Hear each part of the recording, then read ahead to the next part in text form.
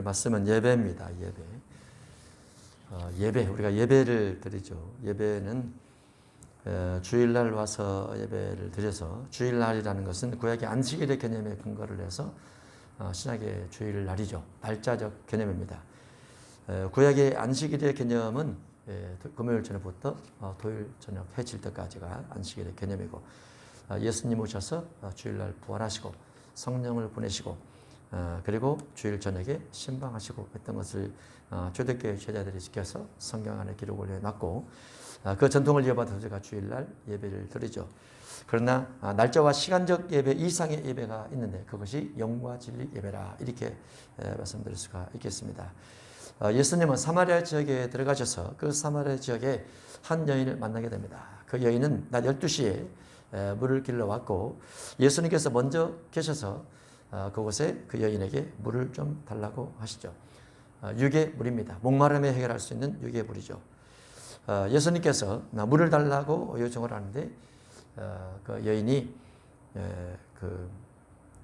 예수님과 대화를 하면서 예수님께서 이 물을 먹으면 다시 목마르지만 내가 주는 물을 먹으면 영원히 목마르지 않을 것이다 라고 말씀을 하시는 그 말씀을 가지고 이곳에 다시 물길로 오지 않도록 영생의 물을 달라고 요청을 합니다.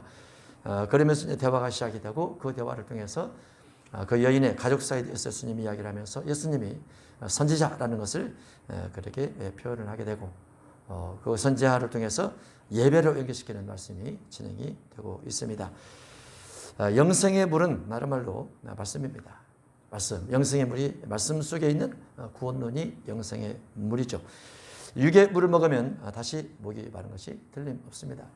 생명의 물, 영생의 물을 먹으면 생로병사의 문제가 주 안에서 해결이 되죠.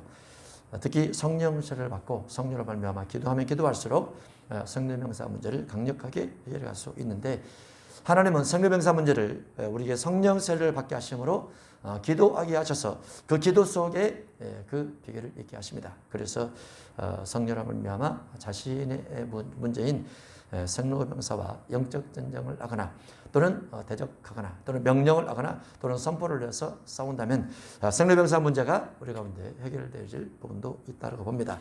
그것은 육의 문제를 해결하는 비결이죠. 영의 문제를 해결할 수 있는 부분들은 영생입니다. 영생이고 구원론이라, 이렇게 성경에서 신학적으로 표현을 하게 되죠.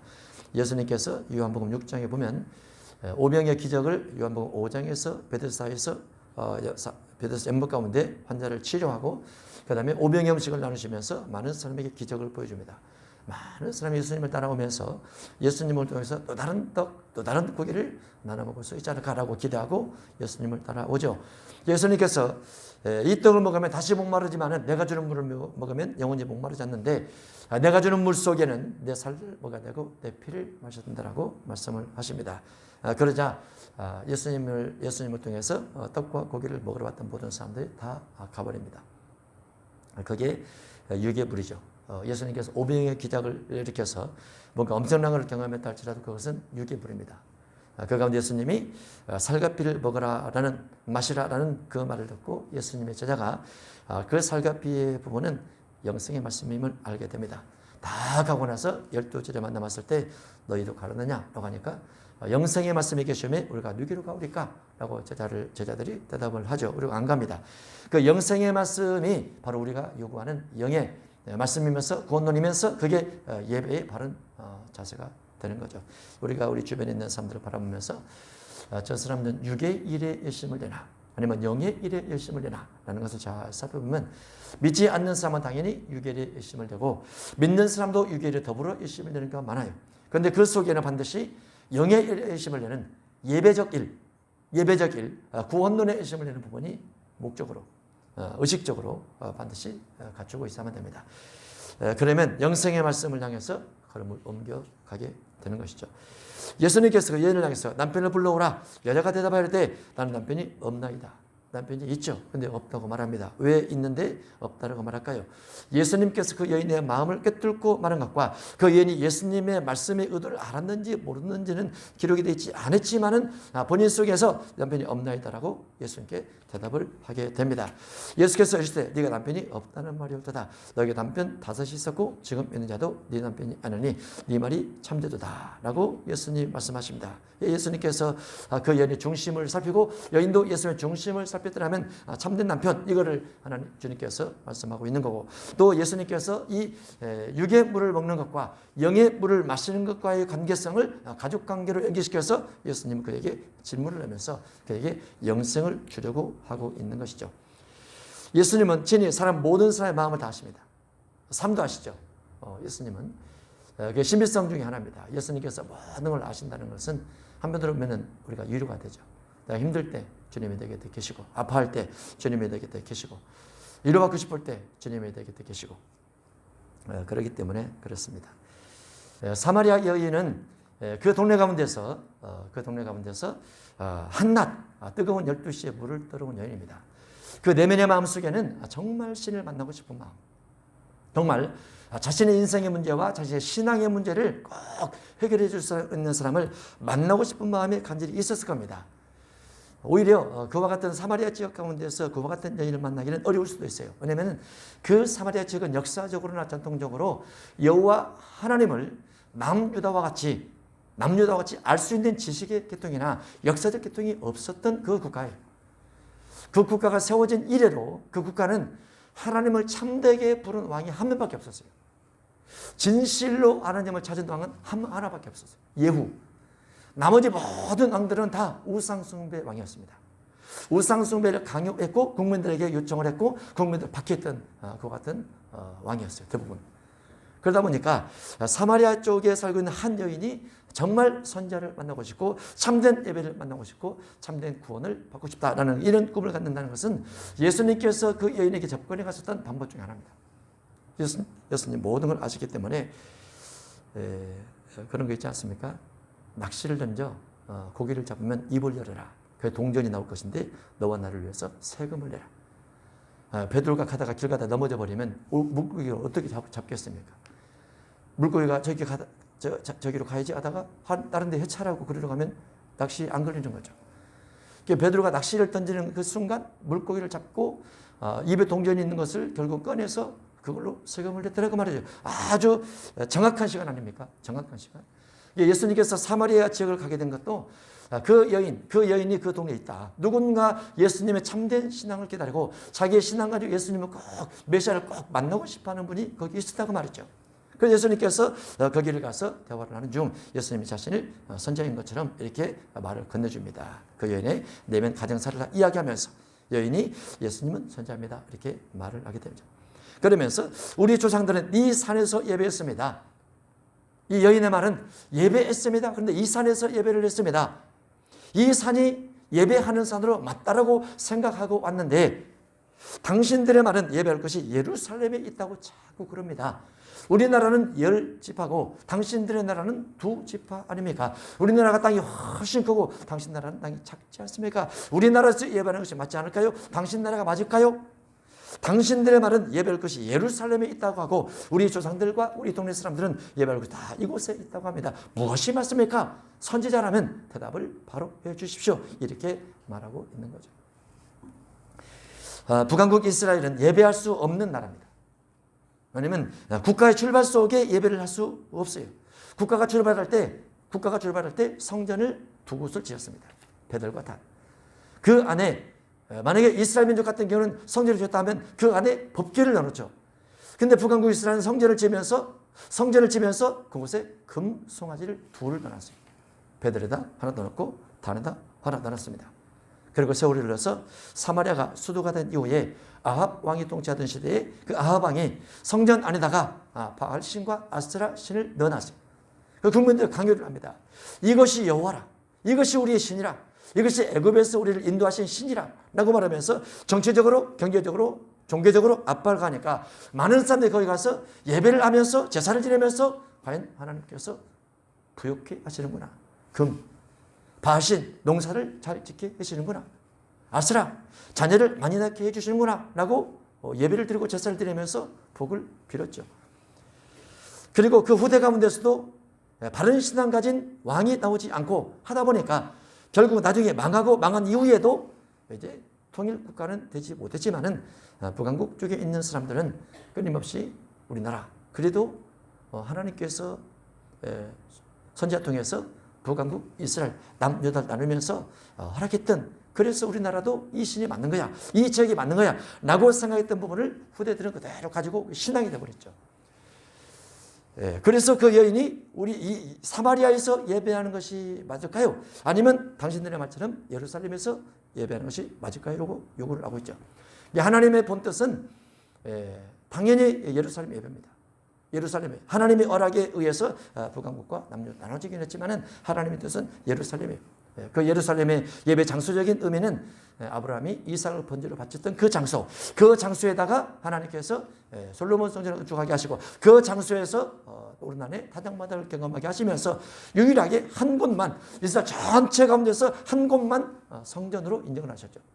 그 외 다른 곳에는 절대 성전이 세워질 수도 없고 성전을 만들어도 안 되고 안 되는 거죠. 그래서 지금도 현재 유대인들, 이스라엘 사람들은 그 성전의 그 장소, 이삭을 번제로 바쳤던 그 장소, 솔로몬 성전에도 그 장소, 헤롯 성전에도 그 장소에다가 다시 성전을 짓기 위해서 통곡의 벽을 남겨놓고 현재까지 그곳에서 기도를 하고 있는 것이죠.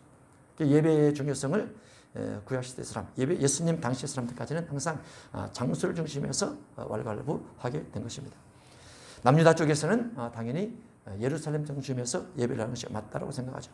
그런데 예수님께서 이 말씀하십니다. 예수께서 이르시되 여자여 내 말을 믿어라. 이 산에서도 말고 예루살렘에서도 말고 이 산 사마리아 산 말고 예루살렘 성전 말고 헤롯 성전 말고 스룹바벨 성전도 말고 솔로몬 성전도 말고, 그 시대는 구약 시대는 그게 맞는 예배였지만은 맞는 장소였지만은 맞는 겉모습의 성전이었지만 이제는 아니다고 말이죠. 이제는 아니다. 건물 중심한 예배도 아니고 장소 중심한 예배도 아니다고 말이죠. 그래서 내 말을 믿어라. 이 산에서도 말고 예루살렘에서도 말고 너희가 아버지께 예배할 때가 올 것이다. 아버지께 예배할 때가 올 것이다. 구약에는 아버지에 대한 개념이 별로 없습니다. 구약에는 여호와 하나님, 여호와 언약, 하나님 전능, 이 여호와와 하나님 이 두 분 중심에서 보이는 하나님의 건물 성전 중심에서 그 다음에 제사장과 레위인이 인도하는 예배를 따라서 예배를 했습니다. 그런데 구약의 하나님의 개념은 아들이 있어야 하나님인데 구약의 하나님은 아들이 없죠. 신약에 와서 하나님께서 아들을 낳으셨죠. 예수 그리스도. 그래서 예수 그리스도가 맏아들이 되고 예수 믿는 사람이 또 아버지라 해서 하나님의 아들들이 됩니다. 그래서 우리가 하나님의 아들들이 되죠.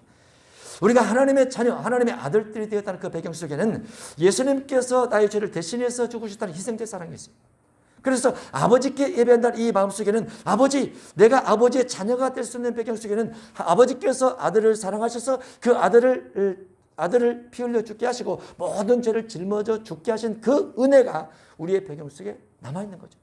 그래서 우리가 예배하는 기본 자세는 나를 위해서 피 흘려 죽으신 예수님의 사랑, 그 예수님을 통해서 아버지께서 우리의 죄를 없애주신 아버지의 은혜와 사랑이 깃들어 있는 거죠. 그 가운데서 아버지께 나가서 예배하는 이 부분이 영적 예배 출발점이 됩니다. 그러니까 우리는 아버지 예수님, 아버지 하나님 앞에 예배할 때는 하나님의 아들로서 하나님 앞에 예배를 하지만 그 배경 속에 누군가 희생권신이 있다는 것이죠. 그래서 그 하나님의 은혜가 너무나 감사해서, 하나님의 사랑이 너무나 감사해서 나도 사랑하며 살리라, 나도 섬기며 살리라, 나도 갚으며 살아가리라, 그 마음이 기본적인 예배의 모토가 되어야 돼요. 그것이 기본이에요. 그래서 아버지께 예배하는 것이죠. 그것이 이루어질 때 예배하는 자가 절대로 그만할 수 없죠. 예배하는 자가 그만할 수 없죠. 예배하는 자가 율법적이 되어서도 안 되죠. 예배하는 자가 세속적이 되어서도 안 되죠. 왜냐하면 그렇게 한다면 아버지를 부를 자격이 없어요. 아버지께서 우리를 사랑하사 우리 죄를 위해서, 우리의 구원을 위해서, 우리의 부활을 위해서 자신의 아들을 내어주면서 희생을 하셨던 그 배경 속에 우리가 아버지께 예배를 드리기 때문에 그런 겁니다. 그 은혜가 너무나 크고 감사하니까 우리가 하나님 앞에 기도하고 또 타인을 위해서 기도하고 아버지의 영광을 위해서 살아가려고 하고 또 하나님의 뜻을 이루기 위해서 살려고 하는 것이죠.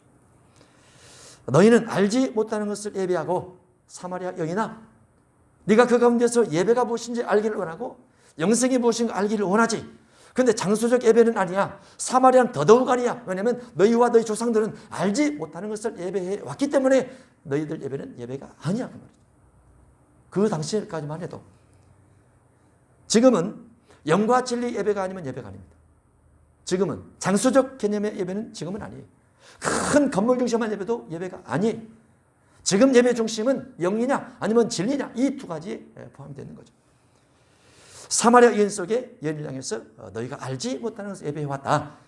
왕상 22장 25절 이하에 그 두 금송아지를 만들고 이는 너희를 애굽 땅에서 인도하여 올린 너희 신들이라. 이건 잘못된 예배라고 말이죠. 베델과 단의 금송아지를 뒀고 그것들을 경배했더라. 산당들을 짓고 보통 백성으로 제사를 하고, 구약은 보통 제사는 절대 제사가 아닙니다.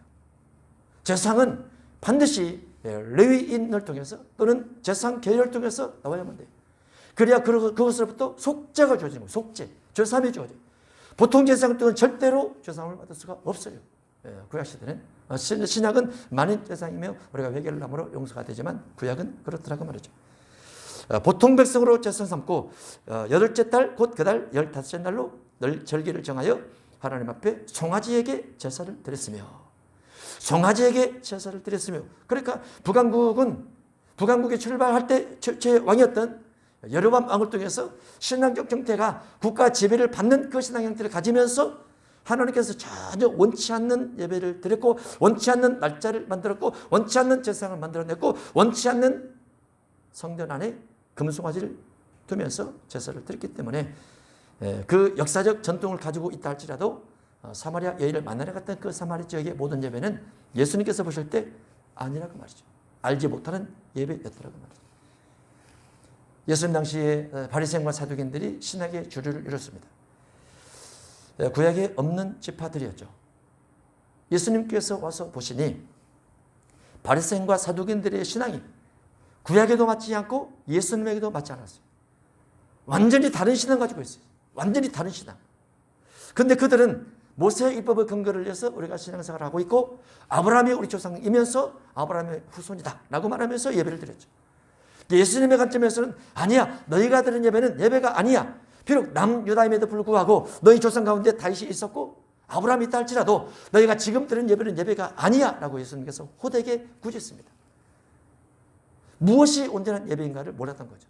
어느 것이 참된 예배인가를 몰랐던 거죠. 왜냐하면 그들은 아브라함의 혈통이고 다윗의 후손이라면 우리가 드리는 모든 것은 당연하게 하나님의 법의 근거를 해서 하나님의 뜻에 맞는 예배를 드리는 거야, 이렇게 착각을 하고 있었기 때문에 누가 올 때까지, 진리의 왕이신 예수님께서 올 때까지 그게 맞는 줄 알았어요. 그래서 사울이라는 사람도 그것이 맞다라고 생각해서 예수님이라는 분이 오시니까 예수님 믿는 사람을 잡아다가 죽이는데 가편투표를 하고 목에다 던져버린 거죠. 자기들이 신앙이 맞는 걸로 생각을 했었으니까. 그런데 예수님께서 아니야 라고 하는 거죠. 사마리아 여인을 향해서도 그래, 네가 신앙의 본질이 무엇인지 알기를 원하지, 네가 예배의 본질이 무엇인지 알기를 원하지, 네가 육의 물이 아닌 영생의 물을 먹고 영생을 얻기를 원하지, 그러나 이 장소에서는 안 돼.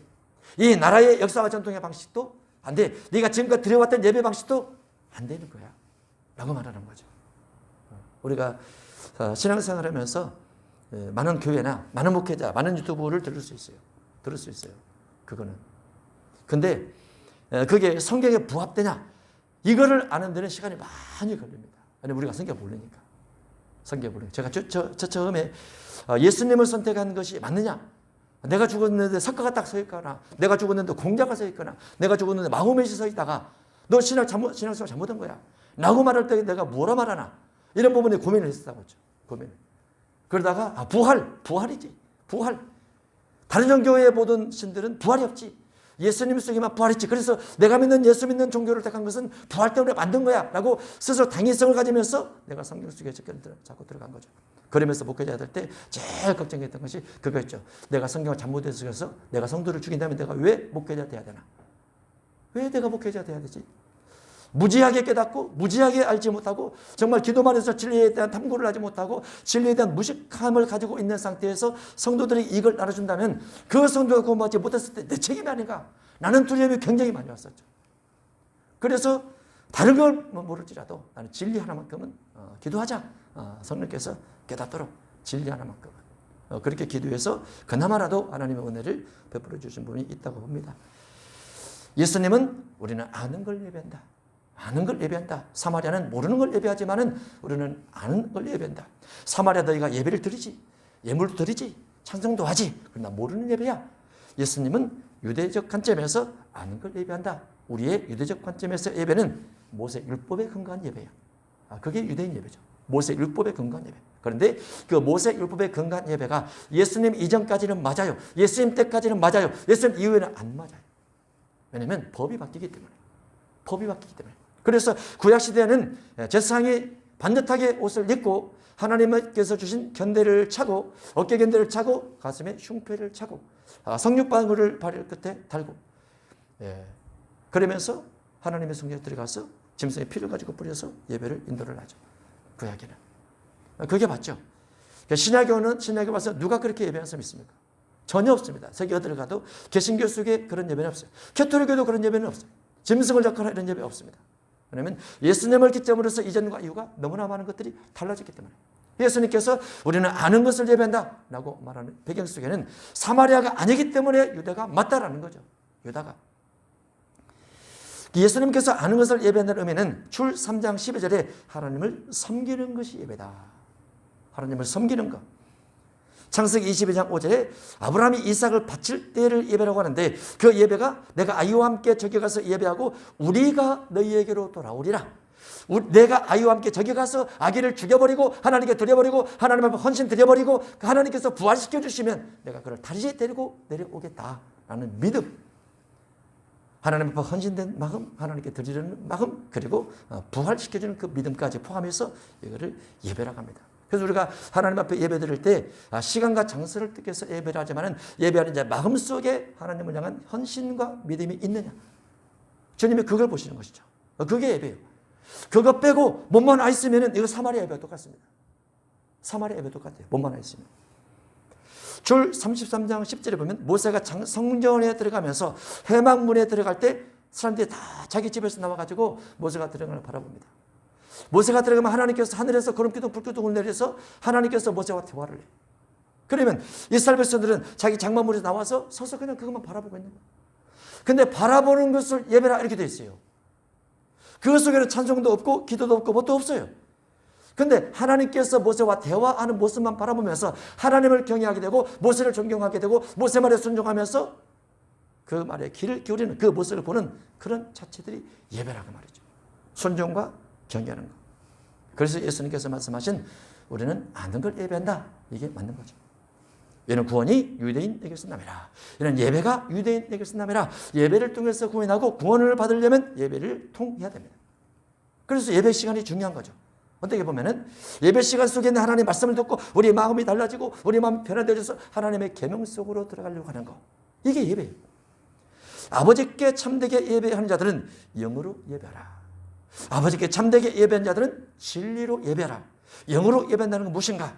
영으로 예배한다는 것은 우리의 마음이, 우리의 생각이, 우리의 정신이, 우리의 뜻이, 우리의 목표하는 바가 로마서 12장 1절에 근거를 해서 거룩한 삶을 목적하느냐. 그리고 세대를 본받지 않고 마음을 새롭게 해서 변화가 되어져서 하나님의 선하시고 기뻐하시고 온전한 뜻이 무엇인지 분별하면서 하나님 앞에 예배드리는 삶을 살아가고 있느냐라는 거죠. 여기서 하나님의 선하시고는 하나님의 선하실까? 믿음의 사람들도 선하라 그런 말이죠. 다른 말로 악하지 말라고 말이죠. 하나님 앞에 온전히 기뻐하라. 범사에 감사하고 항상 기뻐하라. 기뻐의 반대는 슬픔과 우울과 낙심과 절망이죠. 예수 그리스도께서 나를 위해서 피 흘려 주신 은혜가 크면 그 은혜가 묵상되어지면 내 인생 가운데 힘든 일이 있어도 그래도 기뻐하자. 그래도 감사해보자 하면서 가면 이게 예배가 되는 겁니다. 그리고 온전하신 뜻이란 다른 말로 하나님의 계명을 지키는 사랑이죠. 사랑하며 산다. 섬기며 산다. 이해하며 살려고 한다. 그러면 그게 온전한 뜻이 되는 것입니다. 마태오장 23절에 예배의 중요성에 대한 기록이 되어 있는데 예배의 중요성은 화목이다 라고 되어 있습니다. 예물이 예배의 중요성이 아니고 화목이 예물보다 훨씬 더 중요한 예배다. 이렇게 기록되어 있죠. 화목. 그래서 예수님께서 아버지와 세상 죄인들과 화목하기 위해서 십자가를 지시고 두 팔을 벌리면서 또 하늘과 땅을 이어주는 역할을 하셨던 것이 십자가라. 이렇게 표현하고 있죠. 그 화목이 바로 예배라. 그 말이죠. 그럼 진리는 무엇입니까? 영의 예배와 진리 예배를 드려야 되는데 진리는 말씀에 순종하는 계명이죠. 마태 22장 37절이야. 내 마음을 다하고 목숨을 다하고 뜻을 다하여 주 너의 하나님을 사랑하라. 하나님을 사랑하라. 보이지 않는 하나님을 어떻게 사랑할 수 있나? 하나님의 이름으로 이름하는 것들을 사랑하라. 하나님의 이름으로 이름하는 것들이 성전입니다. 성전. 너희를 영접하는 자는 나를 영접한 것이요 주의 종이죠. 이 지극히 작은 자 하나게 한 것이고 내게 한 것이라. 어려운 사람을 돕는 것이 주님을 사랑하는 겁니다. 이 아이를 잘 섬겨서 실족시키지 않게 하고 아이를 잘 섬기고 대접하고 가르치면 이 아이 속에 예수님의 이름이 또 있죠. 하나님 사랑이죠. 그리고 내 이웃을 네 자신같이 사랑해야 된다. 자신을 사랑하기도 힘든 부분이 있죠. 자신 속에 쓴뿌리를 다 제거해야 되니까. 쓴뿌리를 제거해야 이웃사랑이 가족사랑이 저절로 나와요. 그러나 내 자신을 넘어서는 믿음의 기도를 올려드리고 이거를 넘어서서 이웃을 사랑하는 데까지 가고 이웃사랑이 하나님 사랑까지 가고 하나님의 사랑이 너무나 크니까 이웃을 사랑할 수밖에 없네 하고 이웃을 사랑하고 이웃을 사랑하다 보니 결국은 내 자신이 많이 배우더라 해서 내 영혼을 사랑하게 되고 그래서 하나님 사랑, 이웃 사랑, 내 자신 사랑이 함께 있는 이게 진리의 삶입니다. 한 주간 삶에 한 달의 삶에 이 사랑의 삶이 우리 가운데 있다면 주일날 와서 몸은 와서 예배할지라도 이 자체가 그 한 주간의 한 달의 삶이 자체가 예배예요. 그 자체가. 마태복음 5장 24절에 누구든지 나의 이 말을 듣고 행하는 사람은 이 말을 듣고 행하는 사람은 반석신앙인데 반석신앙이 예수님께서 원하시는 아버지의 뜻입니다. 마태 7장 21절 이하의 아버지의 뜻이라고 되어 있죠. 말을 듣고 행하는 사람. 말을 듣고 어떻게 행할 것인가? 사랑이죠. 사랑. 사랑이 쉽다고 어렵죠. 기분이 좋을 때는 사랑이 저절로 되고 기분이 안 좋을 때는 미움이 저절로 생기죠. 근데 사람이 또 기도하면 기도 속에서 미움이 또 믹서처럼 가라져. 기도를 하면. 가라졌다가 다시 그것이 사랑을 바꿔줘. 그래서 미워도 어쩔 수 없겠어. 다시 한번 사랑해야지. 그러지 않습니까? 미워도 다시 한번. 미워도. 마음에 안 들어도 다시 한번. 그게 이제 우리의 삶의 모습이죠. 누가복음 10장 30절을 우리가 잘 이해를 한다면 이것이 예배일 수 있다라고 생각할 수 있습니다. 어느 사람이 여러 곳 내려가다가 강도를 만났습니다. 거의 죽게 될 만큼 맞았어요. 제사장이 지나갑니다. 제사장은 예배하지 못한 것이죠. 레위인도 지나갑니다. 레위인도 예배하지 못한 것입니다. 그런데 어떤 사마리아 사람을 지나가다가 그를 보고 불쌍히 여겨. 여기서부터 예배가 시작이 됩니다.